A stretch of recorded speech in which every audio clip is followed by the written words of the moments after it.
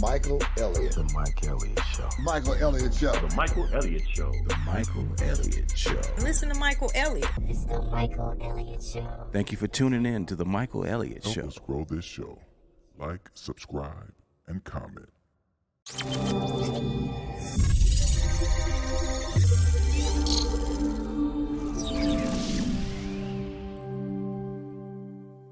Yo, welcome to the Michael Elliott Show. We're here again with my man, fabulous Freddie Banks. Just to tell y'all a little bit about Freddie Banks, he's a native of Las Vegas, and he's a legend. And if you don't know anything about Freddie Banks, look him up at UNLV, and you'll get a chance to see everything about Freddie. And I am your host, Michael Elliott. The Vague represent this city. Check it out. Hey, listen though. We're going to get into it. My man, Freddie. What's up, Freddie? How you doing, Mike? Thanks for having me, sir. Man, look, Freddie, man, you know, I grew up watching you play basketball. And, you know, all the way, we're going to take this all the way back to your neighborhood. What neighborhood you from? I'm from The View, baby. The View. Yes, sir. The View. The View, man. Yes. And y'all had some basketball players over there. Y'all had some guys over there. Yeah, But- we had quite a few guys over there. I mean, I think I was the biggest one of the all. We had Victor Green, who lives around the corner by the park. We had Chris Carroll, who lives on Marcella. And we had the Aubrey. He was a baseball player for Chaparral. So we had some talent come out of Valley View. Yeah. Man, I remember coming through y'all neighborhood and seeing this basketball goal out there. Like, you know, back early '80s, y'all was like the only person that had a goal out front. Mm-hmm. What was that like? You know what I'm saying? Like, you the only one got a goal out there. You love basketball. Your brother played. What was that like? It was a big, I think what you want to call a parade, basically. We had a lot of people. We first started off in the front yard, putting it on top of the house like every young man and family does. And then my dad said, you know what, we're going to put it on the side of the house a little bit in the front yard. So he did it, cemented it and everything, Mike, and man, you know, it went from there. I mean, everybody from the neighborhood was coming over, staying up late at night playing basketball in my front yard. Like how late y'all stayed up when y'all was playing? Well, you know what? As long as you was in the yard, you know how your mom and dad tell you when the lights come on, you got to be in the house. Right. Somewhere close to the house. So Yeah. I was at the house, but, you know, we stayed late. We was like 12, 1 o'clock in the morning playing basketball. Because we put a light in the window so we can see the rim. So if you put the light in the rim and you playing basketball against all your friends, man, it was competitive. You'd be surprised how competitive it was. Man, it was some good games out there. Absolutely. And you look at the front yard of Who was the dude that put D on you? Like, who guarded? Man, who in did the front yard, Yeah. it was a certain spot that you cannot let me get to. Right. And if I got to that spot, it was a done deal. I was going to give you some buckets. And so we all just basically just played basketball in the front yard. Okay. And when you actually realized that you was like a real ball player, that came like when? That came in when I was in I want to say like maybe the 6th grade. I was at Joe Mackey Middle School and playing on a blacktop. We always play against Valley View against Regular States. Right. And we go across the desert and play Who against them. was over there with Wrigley State? Oh, my goodness. Who was all over there? I can give you a whole bunch of names. Let me see. Randy Thompson, Chris Simon, Marcus Owens. Let me see who else was over there. Matlock, Durham Matlock.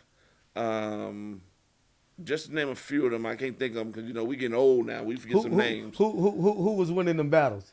You know, it's always a battle, and they win, we'll win. And we played before we went to class. Right. You know, it was like school started like at 9 o'clock in the morning. Right. And so we went before we get into class. I was trying to get over there because I was ready to play ball. Right. And represent the View. That's right. Yeah. So we had some battles, and then, man, it was good. It was really good. And playing 6th grade on the blacktop, a guy came, watched me play out there named T.J. Poole. Everybody should know who T.J. Poole. He's a Vegas native Absolutely. also. And rest his soul. But he came and picked me up, man, and I went from there. You know, I went from there. It was awesome. And then you played middle school. Then I played middle school basketball. And you play where? I played at middle school. I went to Hellenson Cannon Middle School, and That was crazy that they would bus y'all way over there. Way over there, yes, and there was sir. a school right in y'all neighborhood. Yes, sir. That was crazy. They busted me way over there, and I think over there I played against the rival school, which was Berkeley Square, where A.J. Thompson, Wayne Ross, Craig Kirkland, all of them was over there. Right. And I think they went to Orr, and I went to Cannon. And so we all met up as we got into the 10th grade. But they was the best team in junior high school. So, and then you became this fabulous Freddie Banks. Well, I mean, that came down the road, Mike. That came down the road. That road. You became fabulous Freddie, you know, and because you did so many fabulous things on the court. You know, like I remember, you know, out of 4 years of high school, you won state 3 years, right? Absolutely.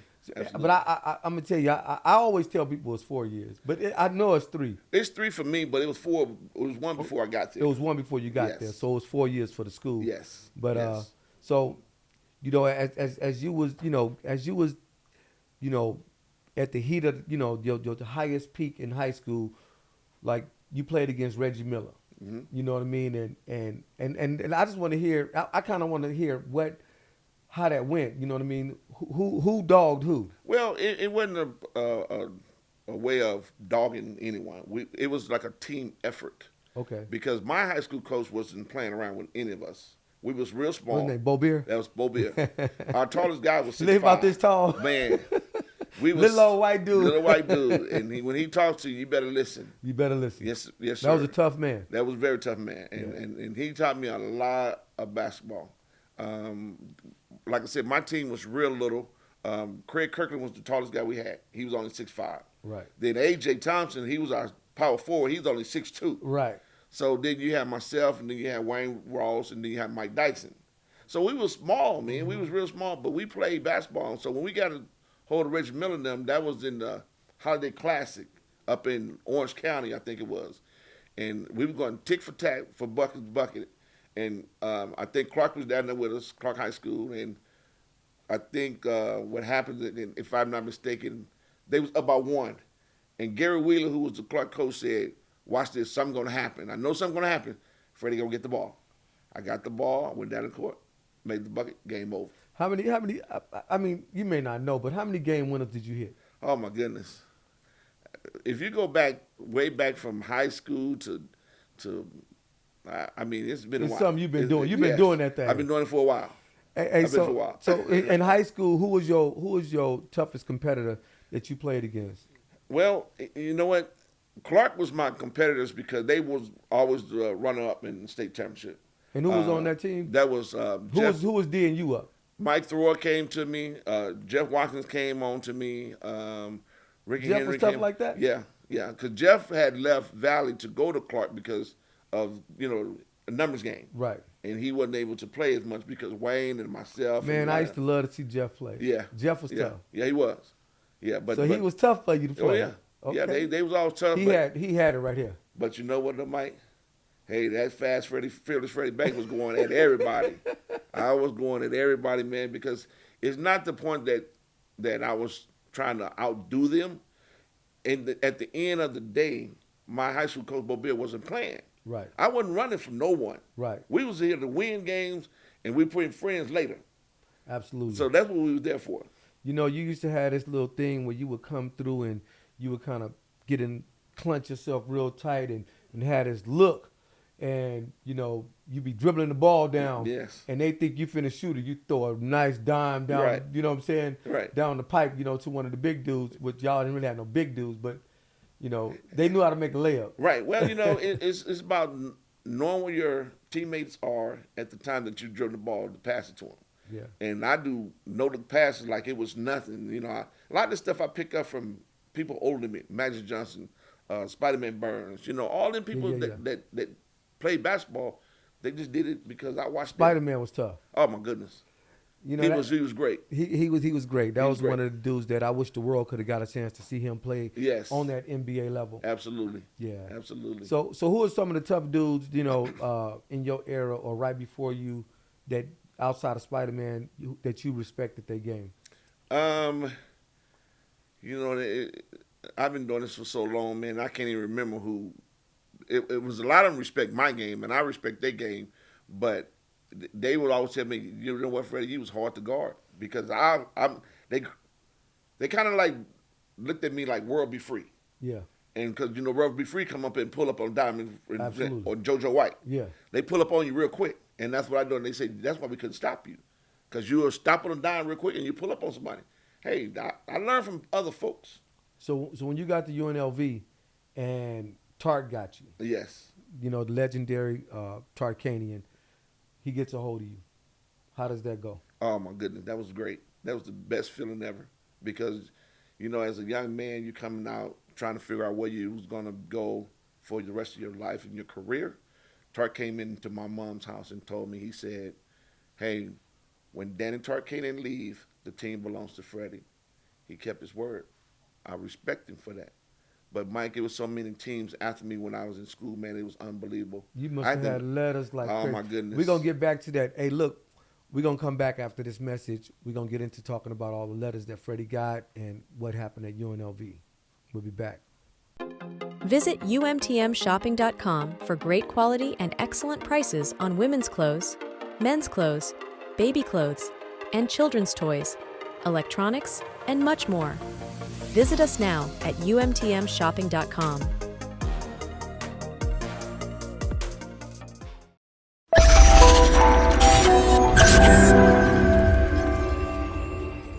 Hey, yo, we back.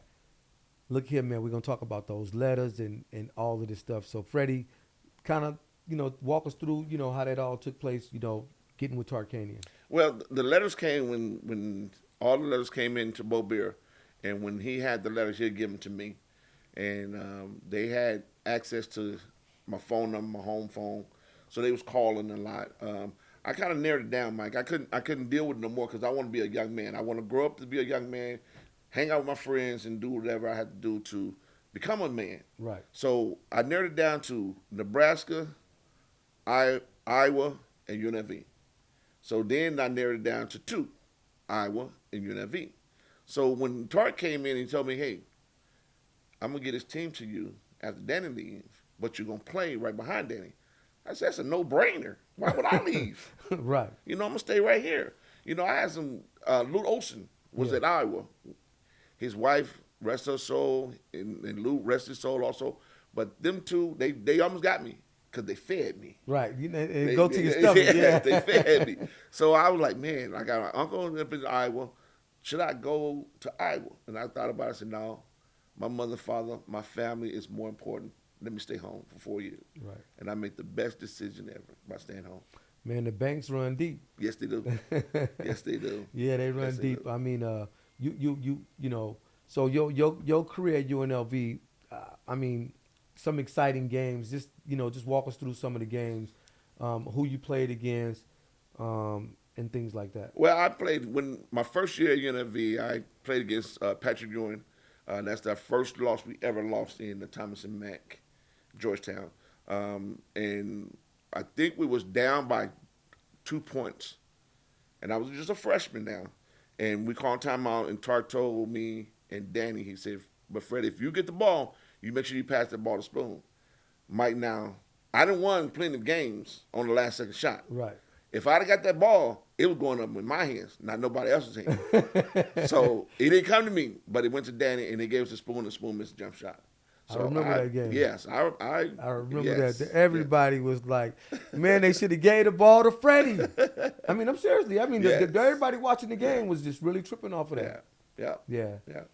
And so your next year The next year, you playing against somebody like Keith Turner, not Keith Turner. Last name Turner went to Memphis. Andre Turner. Andre Turner, he was there. William Bedford was at Memphis.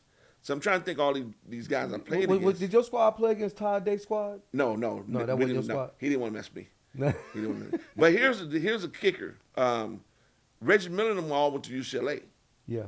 They didn't want to play us at all. They were so afraid to come because they always say they were the best of the West. Right. Hey, let's set it up. Let's set it up. Make it They happen. did not want to do it. Man, They never want to do that game. they stayed away from that Yes, battle. they did. They picked the battles they want to Yes. fight. Yes. And I mean, even when in high school, y'all didn't even have a team.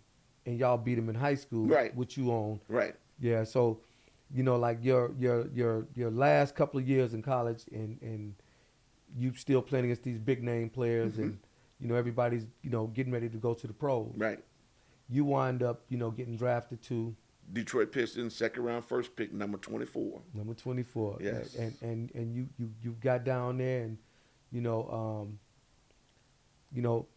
take us from there. Well, kinda. you know what, Mike? It was an experience. All everybody talking about, I want to get to the NBA. It is not easy to be in the NBA. It's not. Nowadays, the number 24 pick is a first rounder. At that particular time when they drafted me, that's second round, first pick.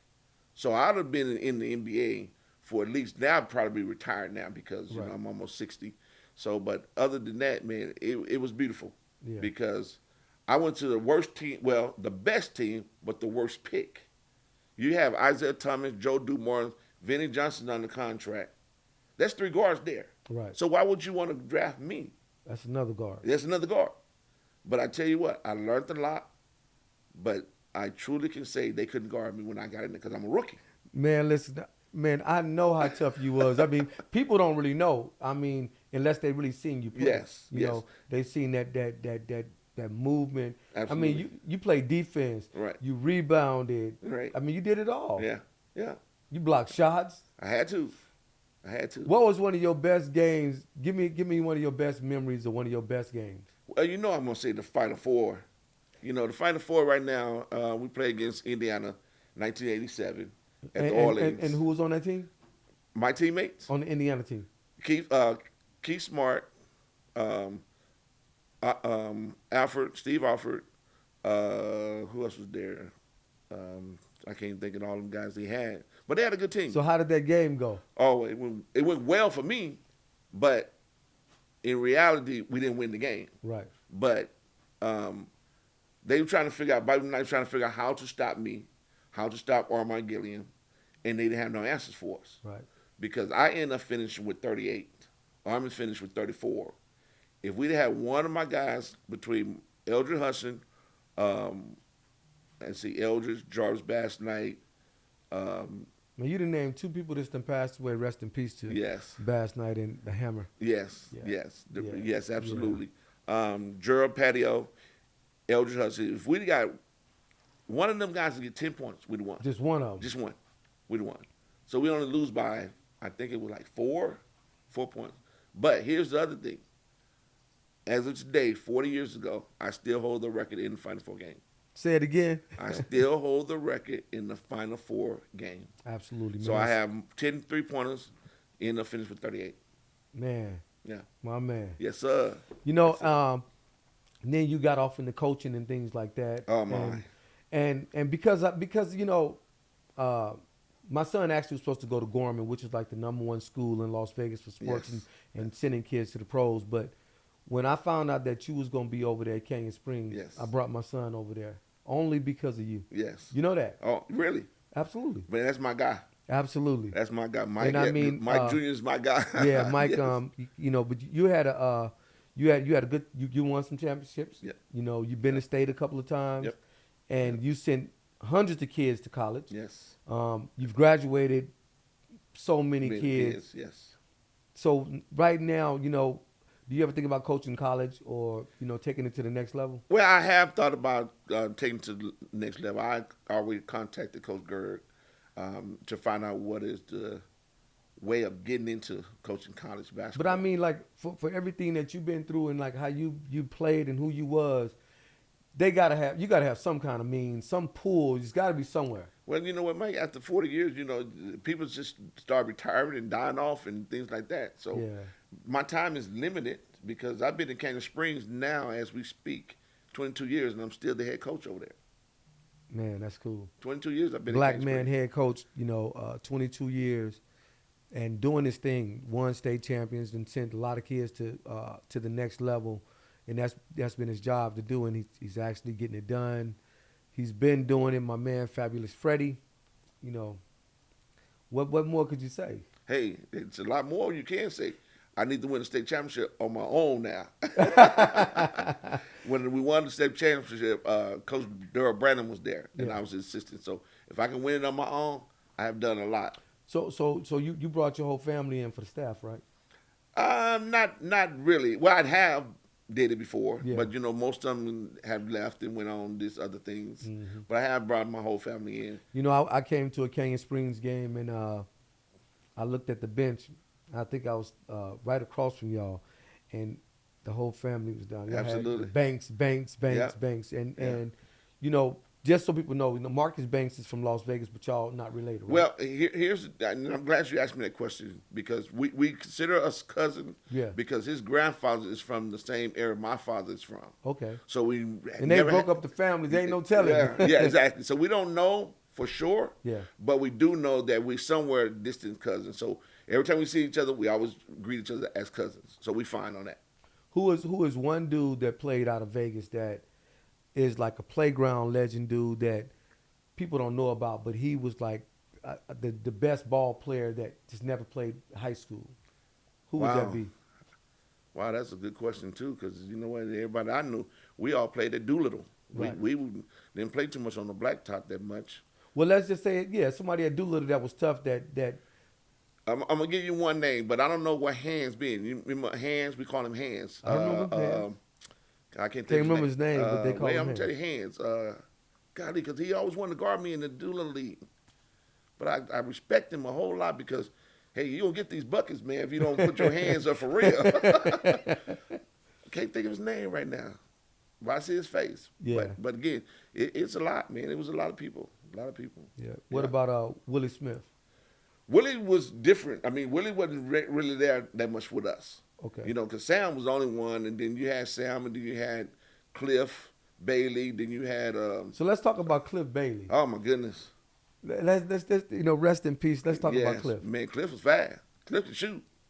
What was Cliff? I mean, like when you was on the court with him, what was you thinking? Do I got to guard this dude? I mean, well, Cliff was smaller than me. When you guard a guy that's smaller than you, they faster. Absolutely. And so Cliff was smaller than me, and he gonna shake and jake you and everything. Vegas high school always had a small little guard. Yes, they did. Yeah. But you know what? It shows because right now they got a little small guard over there right now. As I say, and Still he to is this day, quick. 40 years later. Yes. Man, Yes. they stay with the same thing. They stay with the same thing. Yeah. Man, it was good talking to you, man. We're going to get ready to end that show. Anything you want to let the people know, look right into that camera and tell them, you know what I'm saying, anything that you want to say, you want to give your information or anything. Well, you know what, Mike? I just want to say thank you for having me on your show, man. You're welcome to call me anytime. I'm always here for you. Absolutely. And the thing is that I always tell a young man, say, man, first and foremost, as a young man, stay in your books, man. Because right now, the books is important. If you blow a knee or injure your leg or whatever the case may be, you have something to fall back on. Absolutely. Because everyone is not going to make it to the NBA. Just keep that in mind, young people. You're not going to make it if you don't do your homework. So thank you for allowing me to come into your show. Thank you, man. I appreciate you. Hey, listen, we have my man, Fabulous Freddie. Make sure y'all click subscribe, hit like, and share. And we'll see y'all on the next episode. Peace.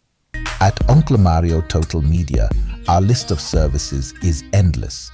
We specialize in creating podcasts, producing and recording music, designing graphics, integrating business into the metaverse, crafting stunning music videos, and delivering top-notch film production.